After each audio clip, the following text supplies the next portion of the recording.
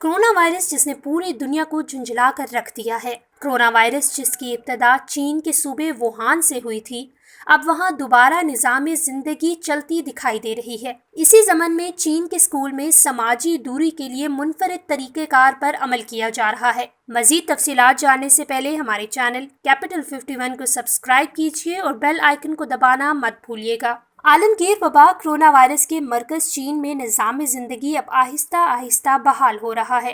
चीन में दफातर, स्कूल और दीगर इदारे कोविड-19 से बचने के लिए अब भी तमाम तर एहतियाती तदाबीर पर अमल कर रहे हैं। इसी सूरत हाल के पेश नज़र चीन के शहर ह्यूंगज़ियो में एक स्कूल में समाजी दूरी इख्तियार करने के लिए मुनफरिद और तख्लीकी तरीक़ाकार अपनाया जा रहा है।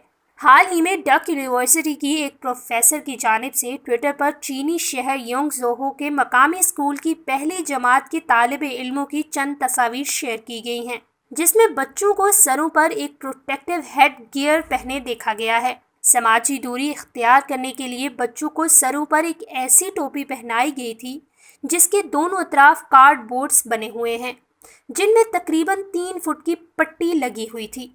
ये टोपी ख़ास तौर पर इसलिए बनाई गई है ताकि बच्चे समाजी दूरी इख्तियार करते हुए इस पर अमल करें और स्कूल में एक दूसरे से फासला इख्तियार करें। मज़ीद खबरों और अपडेट्स के लिए हमारा चैनल कैपिटल 51 सब्सक्राइब कीजिए।